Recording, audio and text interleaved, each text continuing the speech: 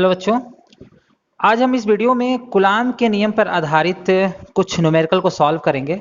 ठीक है, तो न्यूमेरिकल सॉल्व करने से पहले मैं आपको कुछ कॉन्सेप्ट के बारे में बताऊंगा। काफ़ी अच्छे न्यूमेरिकल हम लोग डील करने वाले हैं। अब बात करते हैं कि कुछ बच्चे की प्रॉब्लम ये है कि वो कहते हैं कि सर हमारा न्यूमेरिकल में मन नहीं लगता या न्यूमेरिकल हमको नहीं आता है। ठीक है, तो यहाँ पे समझने वाली बात यह है कि न्यूमेरिकल आपको आ क्यों नहीं रहा है। तो सबसे पहली प्रॉब्लम कहीं ना कहीं आपकी थ्योरी में है, यानी आपने उस थ्योरी को अच्छे से नहीं पढ़ा है जिसका आप न्यूमेरिकल लगाने वाले हैं। जब तक हम डिटेल में थ्योरी को नहीं पढ़ेंगे तब तक हमारे न्यूमेरिकल सॉल्व नहीं होंगे।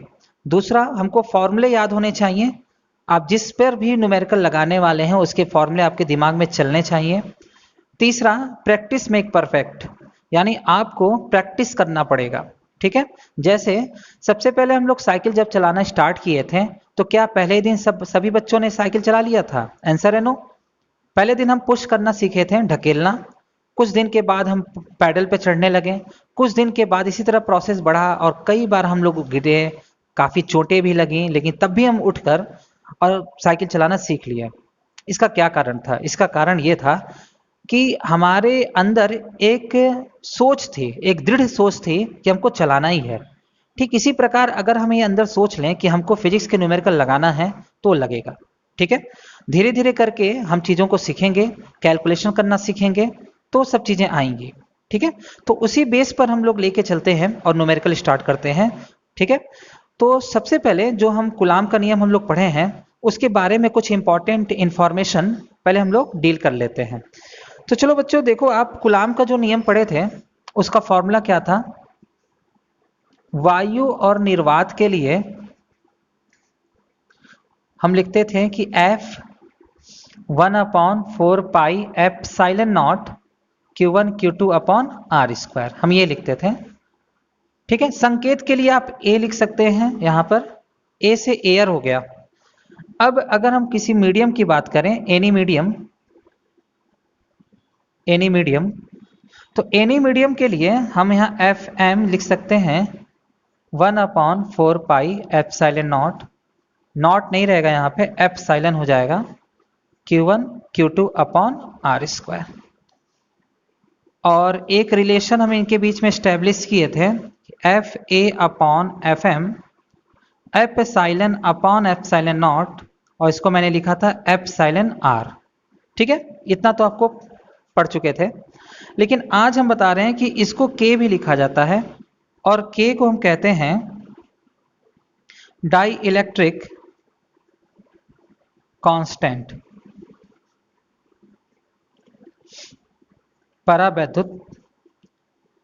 परावैद्युतांक या परावैद्युत नियतांक। इसके बारे में बहुत अच्छे से आप पढ़ने वाले हैं जब कैपेसिटर पढ़ा जाएगा, संधारित्र। ठीक है, वहां पे इसके बारे में बहुत डिटेल से पढ़ेंगे। अभी फिलहाल इसके बहुत ज़्यादा जरूरत नहीं है, बस इसके वैल्यू को हमको याद रखना है। ठीक है, जैसे निर्वात के लिए K की वैल्यू 1 होती है। ठीक है, उसी तरीके से वायु के लिए 1.00059, ये काफी 1 के समीप है, इसीलिए वायु और निर्वात के लिए सेम फॉर्मूला लिखते हैं, क्योंकि वायु के लिए भी 1 माना जा सकता है, कागज के लिए 3.5, जल के लिए। ठीक है, तो इसको डील कैसे करते हैं? तो डील ऐसे करते हैं, अगर मान लो ये दिया हुआ है कि दो चार्ज है Q1 और Q2 और इनके बीच में जो मीडियम है वो वायु है, तो फॉर्मूला क्या लिखेंगे? तो फॉर्मूला लिखेंगे 1/4 पाई एप्सिलॉन नॉट, ठीक है, Q1 Q2/R²। बात समझ में आ गया? ये फॉर्मूला लिखेंगे।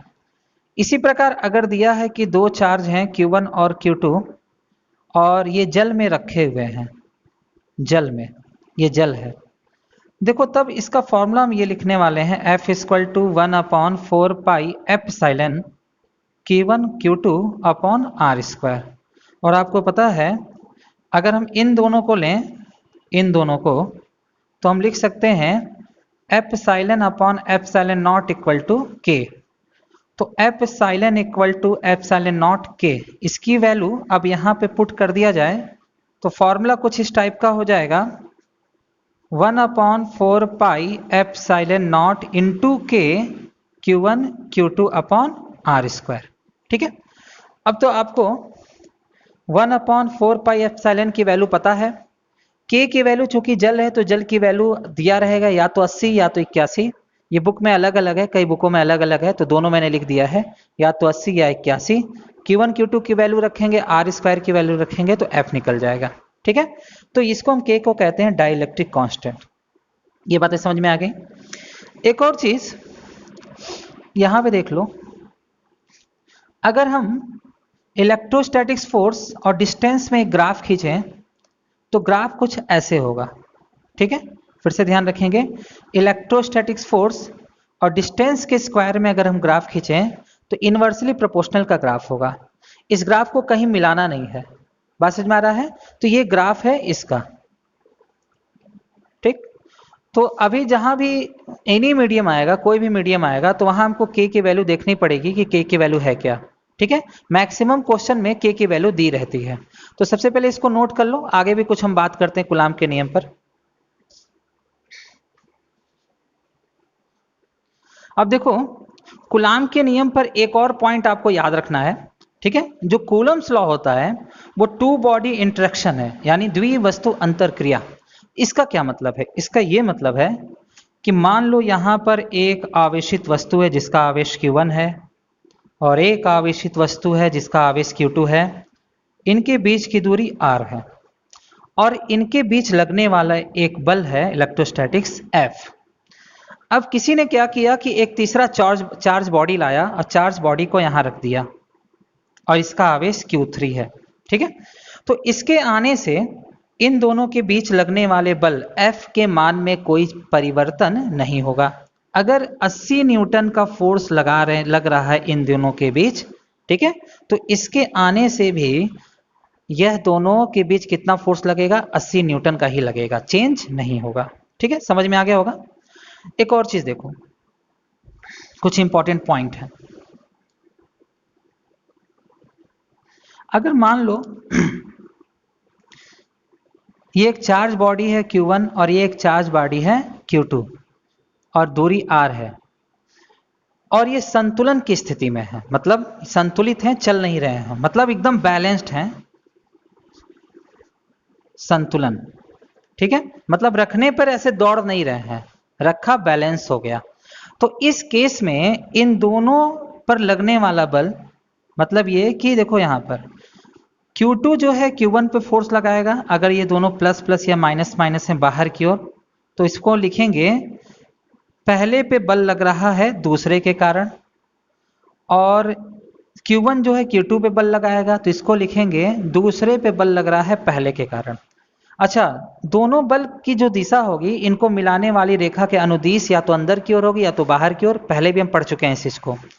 तो अगर संतुलित है तो हम लिख सकते हैं कि F1 और F2 के जो परिमाण हैं, जो रिजल्ट हैं, वो आपस में क्या होंगे?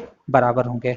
ठीक है, हो सकता है वो विपरीत हो एक दूसरे के, पर उनके जो परिमाण होंगे, दिशा की मैं बात नहीं कर रहा हूं, उनके जो परिमाण होंगे वो आपस में क्या होंगे? बराबर होंगे। बात समझ में आ रहा है? ठीक है, तो ये कुछ इंपॉर्टेंट पॉइंट है जिससे हमारे न्यूमेरिकल बनाना और भी कुछ आसान हो जाएगा। तो चलिए अब हम सीधे न्यूमेरिकल की बात करते हैं और पहला न्यूमेरिकल लेते हैं।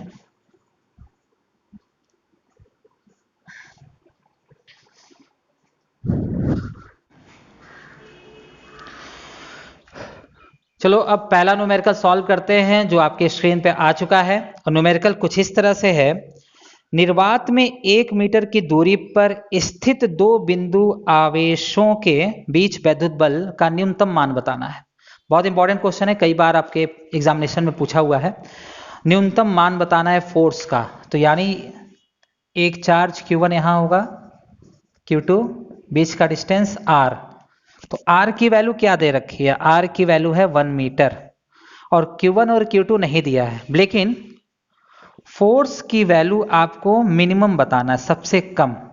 तो सबसे कम बताने के लिए सबसे छोटा आवेश ले लो, तो आवेश Q1 equal to 1.6 into 10⁻⁻19 coulomb और Q2 की वैल्यू 1.6 इंटू 10⁻⁻19 कूलाम। ठीक है, सबसे छोटा आवेश रख लो। कूलाम के नियम में रख लेते हैं इसको, F equal to 1/4 pi epsilon Q1 Q2 upon R square. देखो यह के वाला फॉर्मूला नहीं लिखे है क्योंकि क्वेश्चन में वायु या निर्वात बोला हुआ है, ठीक है। तो क्वेश्चन देख लेना, वायु या निर्वात बोला है तो के नहीं लगाएंगे यहाँ पर। न्यूमेरिकल वैल्यू रखते हैं इसकी 9 इंटू 10 टू पावर 9 और Q1 की वैल्यू है 1.6 into 10 to power minus 19 coulomb into 1.6 into 10 to power minus 19 coulomb और बीच का डिस्टेंस हो गया 1 स्क्वायर, ठीक है। तो ये बातें समझ में आ गई। जब इसको आप पूरा कैलकुलेट करोगे तो 2.30 into 10 to power minus 28 newton आएगा। तो बातें आपको समझ में आई होंगी, ठीक है। जल्दी से नोट करो, अगला क्वेश्चन बनाते हैं। तो चलो देखो, नेक्स्ट क्वेश्चन सीखने से पहले कॉन्सेप्ट नंबर 1 सीखना पड़ेगा आपको, ठीक। अगर मान लो क्वेश्चन में यह कह रहा है कि दो आवेशित वस्तु हैं जिनका आकार समान है और उनको आपस में टच करा के फिर अलग कर लिया गया है, तो टच कराने के बाद प्रत्येक पे आवेश क्या होगा, ठीक है। तो याद रखना, ये जो कॉन्सेप्ट है ये तभी लागू होता है जब दोनों जो बॉडी है या आवेशित वस्तुएं समान आकार की हैं। तो कॉन्सेप्ट नंबर 1 ये है कि दो वस्तु हमारी समान आकार की है, इस पर आवेश Q1 है, इस पर आवेश Q2 है, ठीक है। अब क्वेश्चन क्या था, स्पर्श कराने के बाद प्रत्येक पर आवेश। तो ध्यान से समझना, गलती बहुत होती है। यहां पे दोनों बॉडी आइडेंटिकल होना चाहिए, समान आकार का होना चाहिए, तभी ये लग पाएगा। अब स्पर्श कराने के बाद प्रत्येक पे आवेश अगर आपको निकालनी है तो बहुत सिंपल सा है, दोनों आवेश को जोड़िए, प्रत्येक पे आवेश, दोनों आवेश को जोड़िए और 2 से डिवाइड कर दीजिए, ये प्रत्येक पर आवेश हो गया। बात समझ में आया। अगर एग्जाम्पल की मैं बात करूं तो जैसे एग्जाम्पल ये है, ये एक बॉडी है जिसपे आवेश है 3 माइक्रोकुलाम, ये बॉडी है जिसपे आवेश है 2 माइक्रोकुलाम और ये आइडेंटिकल हैं, ठीक है, समान आकार के हैं। स्पर्श कराने पर प्रत्येक पर आवेश, स्पर्श कराने पर प्रत्येक पर आवेश, तो प्रत्येक पर आवेश Q dash Q1 plus Q2 by 2, Q dash Q1 की वैल्यू 3 माइक्रोकुलाम, 2 माइक्रोकुलाम अपॉन 2 या Q dash equal to 5 by 2 microcoulomb प्रत्येक पे आएगा, ठीक है। तो बात समझ में आ गई होगी। अगर मान लो कि ये -2 माइक्रोकुलाम दिया रहता, मान लेते हैं कि इसमें ये -2 माइक्रोकुलाम दिया रहता, तो कैसे सॉल्व करते, बहुत ईजी है। यहां पे आपको -2 माइक्रोकुलाम ले लेना है। अब ये हो जाएगा 1/2, 3 में से 2 गया तो 1, 1/2 माइक्रोकुलाम, ठीक है। तो सिंपल से समझ में आ गया। आप इसको डिवाइड जोड़ेंगे और 2 से डिवाइड कर देंगे, ठीक है, दो बॉडी के लिए। अब अगला कॉन्सेप्ट नंबर 2 ये है, कॉन्सेप्ट नंबर 2 ध्यान से देखना।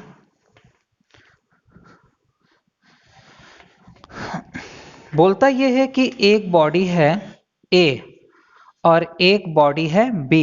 ये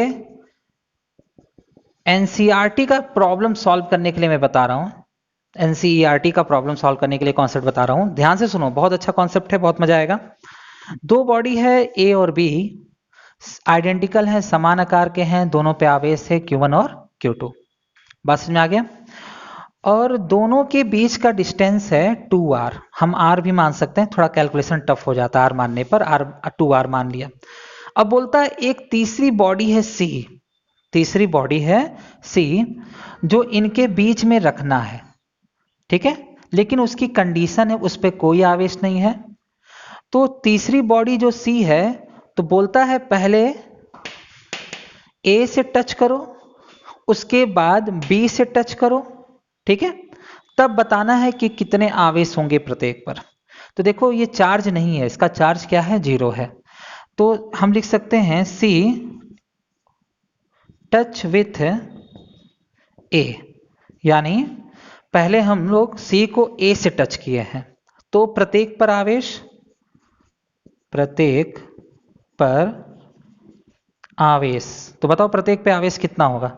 बहुत सिंपल है भैया, जोड़ लो, Q1 प्लस 0 डिवाइड बाई 2, तो हो गया Q1 बाई 2। क्लियर हो गया। तो अब बताओ A पर कितना चार्ज आया, तो बॉडी A पर चार्ज हो गया Q1 बाई 2। C पर कितना चार्ज आया, तो C पर, एक मिनट, यहां पर इनके बीच की दूरी R मिड में रखा हुआ है। अब C पर चार्ज कितना आया, Q1 बाई 2, और B पर चार्ज कितना आया, Q2 बाई 2। ठीक, सॉरी, B पर चार्ज तो Q रहेगा, Q2 रहेगा।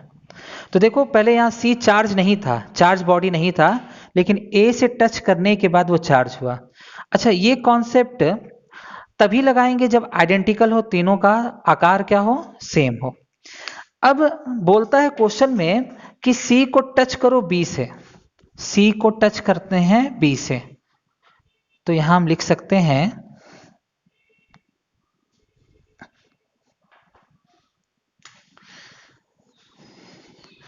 C touch with B।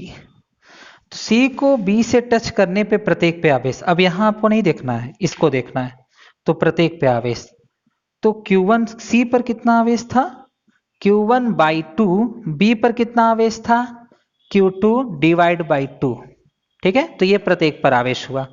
अब बताओ A पर कितना आवेश आया, Q1 बाई 2। C पर कितना आवेश आया, Q1 by 2 plus Q2 divide by 2, और B पर कितना आवेश आया, Q1 बाई 2 प्लस Q2 और डिवाइड बाई 2। ठीक है, तो ये तीन बॉडी का जो प्रॉब्लम है इससे सॉल्व होगा। अगर इनके बीच में फोर्स निकालना है तो डिस्टेंस दिया रहेगा, इन दोनों चार्ज का रखो, फोर्स निकल जाएगा। इस बॉडी पे फोर्स निकालना, इनके बीच फोर्स निकालना, डिस्टेंस दिया रहेगा, ये दोनों चार्ज रखो, फोर्स निकल जाएगा। नेट फोर्स निकालना है तो C पर ये भी फोर्स लगा रहा है, ये भी फोर्स लगा रहा है, बल लगा रहा है, उसका भी निकल जाएगा। ठीक है, तो ये कॉन्सेप्ट नंबर 2 NCERT के लिए था। इसको जल्दी से नोट करो, अभी हम इसे प्रॉब्लम सॉल्व करते हैं इस पर।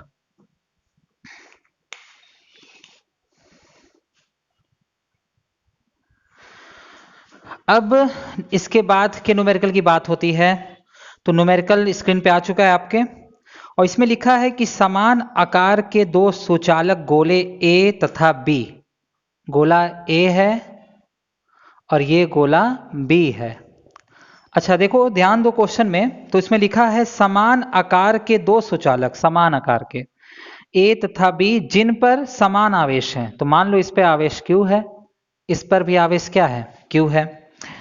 समान आवेश हैं, एक दूसरे से कुछ दूरी पर स्थित हैं, तो मान लीजिए इनके बीच की दूरी क्या है, R है, तथा परस्पर 10 के घात -5 न्यूटन के बल से प्रतिकर्षित करते हैं। यानी इनके बीच में जो फोर्स लगने वाला है वो 10⁻⁻5 न्यूटन है, प्रतिकर्षण का है। ठीक है, तो आगे ये बोल रहा है समान आकार का तीसरा अनावेशित सुचालक गोला C पहले A को स्पर्श करता है, फिर B को स्पर्श करता है, इसके पश्चात A तथा B के ठीक बीच में रख दिया जाता है। गोले C पर कार्यरत नेट बल कितना होगा। बहुत बढ़िया प्रॉब्लम है, जो कॉन्सेप्ट मैंने आपको सिखाया उसी पे बेस्ड है, बहुत अच्छा प्रॉब्लम है, ध्यान देना। यहाँ पे इतनी बातें आपको समझ में आ गई। अब यहाँ ध्यान देना, इसको हम एक्चुअली फॉर्मूला ऐसे भी लिख सकते हैं ना, 1/4 pi epsilon not QQ upon R square, या QQ को हम लोग लिख सकते हैं क्या, Q स्क्वायर लिख सकते हैं। अब देखो बोल रहा है कि एक चार्ज बॉडी C है, जो एक अनचार्ज बॉडी C है, तो पहले C को हम A से टच करेंगे, तो यहां कोई C बॉडी रखी थी जिसपे कोई चार्ज नहीं है, बीच में रखा हुआ है। ठीक है, तो पहले यहां नहीं बनाते हैं, यहां बना लेते हैं A C और B। ठीक है, इस पे कोई चार्ज नहीं, इस पे Q चार्ज, इस पे Q charge. C touch with A, C touch with A। ठीक है, C को A से टच करते हैं, तो प्रत्येक पे चार्ज, दोनों आवेश को जोड़ के 2 से भाग देना है। याद आ रहा है कि नहीं आ रहा है, तो प्रत्येक पे चार्ज, A पे चार्ज बताइए Q बाई 2 हो जाएगा। देखो दोनों को ऐड करोगे Q प्लस 0 डिवाइड बाई 2, तो प्रत्येक पे charge Q by 2 Q by 2, यानी A पर चार्ज Q बाई 2, C पर चार्ज Q अपॉन 2, B पर चार्ज B को टच नहीं किया गया है तो Q रहेगा। बातें समझ में आ गई? चलिए इसके बाद देखो, फिर C touch with B, C को B से टच किया गया तो A पर चार्ज ये तो चेंज नहीं होगा, Q बाई 2 रहेगा, पर इसका आप देखो टच किया गया है तो Q by 2 plus Q by 2, तो ओवरऑल हो जाएगा, ये पूरा जब सॉल्व करेंगे तो आएगा यहां पर 3Q बाई 4। तो बताओ BC पर चार्ज 3Q बाई 4, B पर चार्ज 3Q बाई 4। ये बात समझ में आ गई? तो अब ये चार्ज हो गया, बीच में रखा गया है तो ये दूरी R बाई 2 होगा और ये दूरी R बाई 2 होगा। ठीक है, अब देखो C जो है, जो पहले आवेशित नहीं था वो आवेशित हो गया है, तो अब ये क्वेश्चन में ये पूछ रहा है तो इनके C पर नेट बल कितना लगेगा।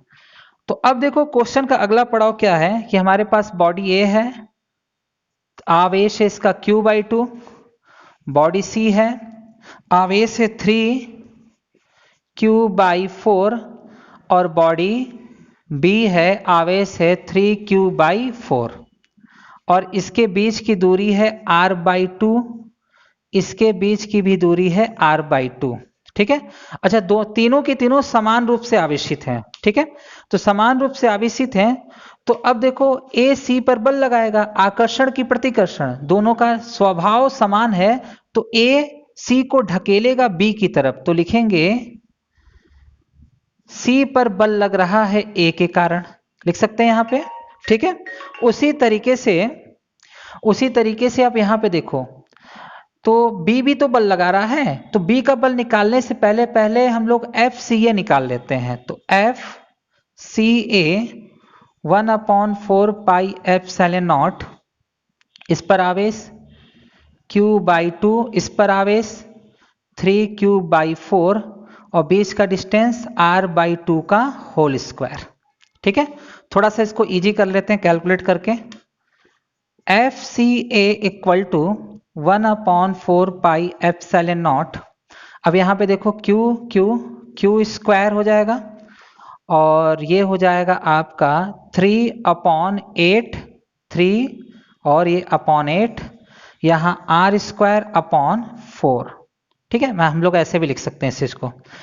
अब यहाँ पे इसकी वैल्यू को थोड़ा सा और सॉल्व कर लेते हैं, तो FC equal to 4 pi epsilon naught Q square upon R square, और इसको हम लोग लिख सकते हैं 3/8 इंटू 4/1, तो ओवरऑल ये कैंसिल हो गया, तो आ गया FC equal to 1/4 pi epsilon naught Q square upon R square 3/2। ये हो गया जो फोर्स लगा रहा है A C बॉडी पर। अब यहां पे देखो B भी फोर्स लगा रहा है C पर, तो C पर बल लग रहा है B के कारण। ठीक है, इसको वेक्टर फॉर्म में भी लिख सकते हैं ऐसे। बात समझ आ रहा है? डायरेक्शन दोनों के अपोजिट है, विपरीत है।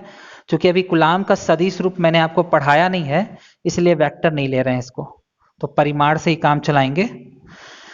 अब यहां ध्यान देना, तो हम लोग कैलकुलेट कर लेते हैं FCB, तो FCB 1/4 पाई एप्सिलॉन नॉट, इसका चार्ज है 3Q बाई 4, इसका चार्ज है 3Q बाई 4, और बीच का डिस्टेंस है R बाई 2 का होल स्क्वायर, तो FCB equal to 1/4 pi epsilon naught.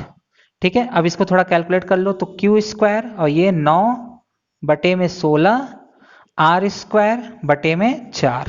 ठीक है, तो ये 4 बार में तो कट ही जाएगा, तो FCB 1/4 pi epsilon naught Q square upon R square और 9/4। ठीक है, ये दोनों चीज निकल आया।